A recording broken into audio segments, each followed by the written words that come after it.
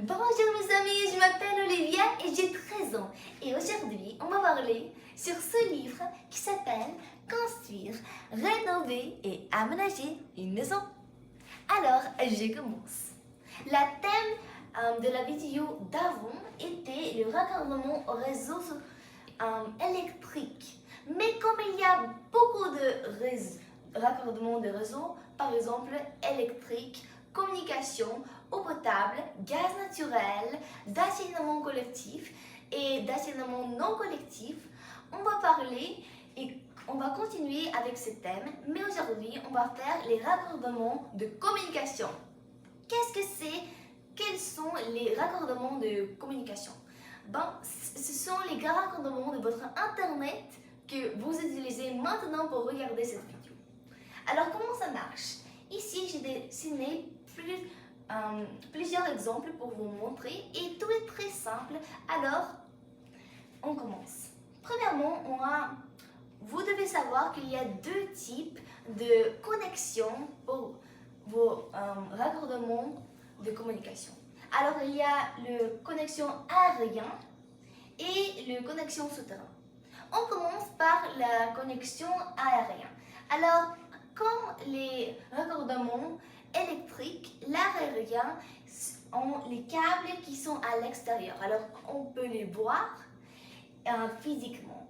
Mais au souterrain, ils sont en souterrain, alors tous les câbles ne sont pas visibles, ils sont tout enterrés dans le sol, alors on ne peut pas les voir. Et ça, c'est pourquoi ils s'appellent souterrain.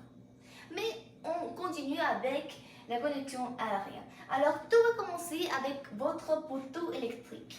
Votre poteau électrique vont généralement être sur la voie publique. Et si vous ne raccordez pas qu'est-ce que c'est la voie publique, c'est très facile. Voie domaine public, c'est ce qui est à l'extérieur de votre maison, généralement de la rue, autour de votre maison, parce que tout le monde peut utiliser la rue, alors c'est public. Et la domaine privé ou la voie privée, c'est votre maison et votre jardin ou votre trottoir. Mais comme le trottoir est aussi public, on se concentre plus sur votre maison et votre jardin à l'extérieur. Alors, on continue. Tout va commencer de votre poteau électrique sur la voie ou domaine public. Et de ce poteau électrique, comme c'est électrique, on va avoir d'énergie. Pour votre internet, on a aussi besoin beaucoup d'énergie. Et alors, de votre poteau électrique, ça va aller au souterrain un peu, utilisant la ligne téléphonique. La ligne téléphonique, c'est une très grande canal souterrain ici, mais même si les connexions aériennes ont besoin ont des câbles à l'extérieur, ils quand même ont besoin d'une connexion où les câbles vont en dessous de le sol. Alors, qu'est-ce que c'est la ligne téléphonique? C'est où votre câble vont être. Alors, quand vous installez les raccordements de communication dans votre maison, généralement, la personne qui construit la maison va être la personne qui va faire tous les canaux où vont aller votre corde et tout ça. Et l'opérateur vont être la personne principale qui va mettre les câbles. Je vais vous rappeler que ce canal souterrain ne va pas avoir seulement le câble de communication. Ça va peut-être avoir aussi le celle électrique et plusieurs d'autres. Alors, parce que de ça, on a besoin d'une quelque chose protectif pour votre câble. La vidéo d'avant, on parlait qu'il y a des grillages protectifs pour votre câble d'électricité, mais pour la communication, on a quelque chose d'autre qui s'appelle les TPC, les conduites TPC. Alors, les conduites TPC va aussi protéger votre câble de communication. Et pourquoi? Parce que si vous n'avez pas aucune protection pour votre câble, ça s'appelle le câble nu, alors les animaux peuvent le manger et ça peut être très visible. Ça peut impacter de l'eau, le sol, etc. Et alors votre connexion à Internet va être si bonne et oui. Alors, comme je disais tout à l'heure, on va continuer.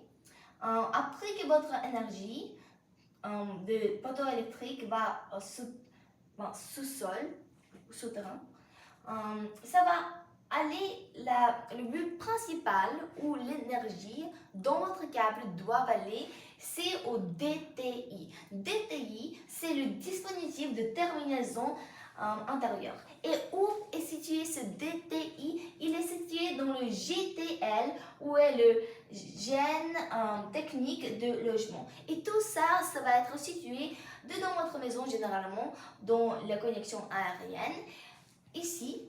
Et GTL peuvent être aussi très connus comme le tableau de communication. Alors, après que vos câbles vont aller au GTL, vous allez avoir votre connexion. Mais je n'ai pas encore parlé sur la boîte de jonction murale. Qu'est-ce que c'est? Alors, c'est une très importante partie de votre connexion qui va être basiquement la sécurité de votre connexion et aussi la base pour connecter le poteau électrique jusqu'à le GTL.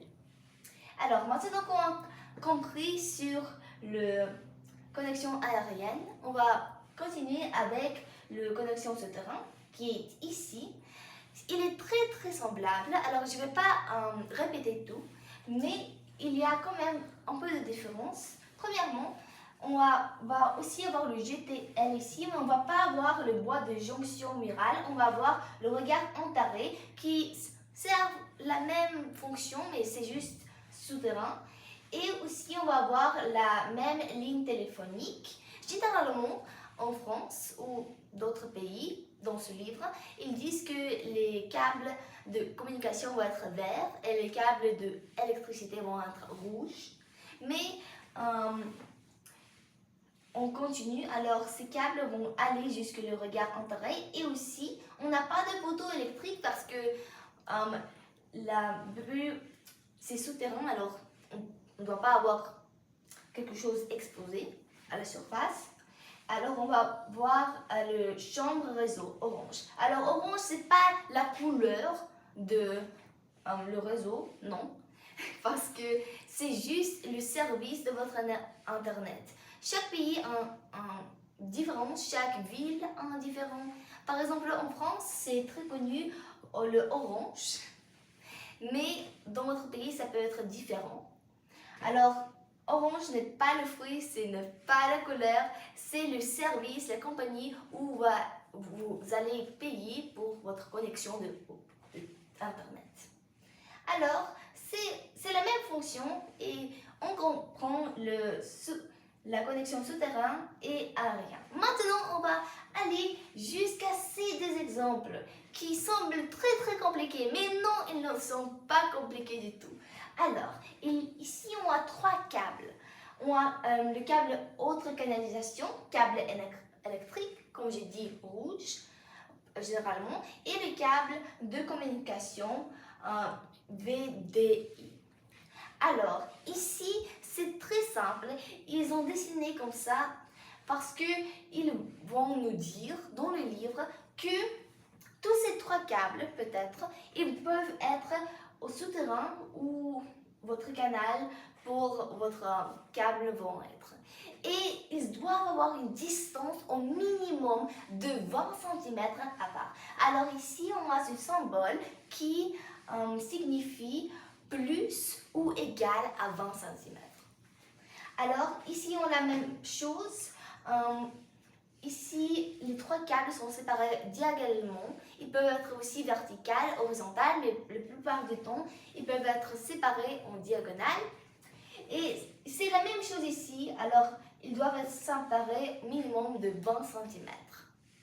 Alors, c'est tout pour aujourd'hui. Merci de m'avoir écouté et au revoir!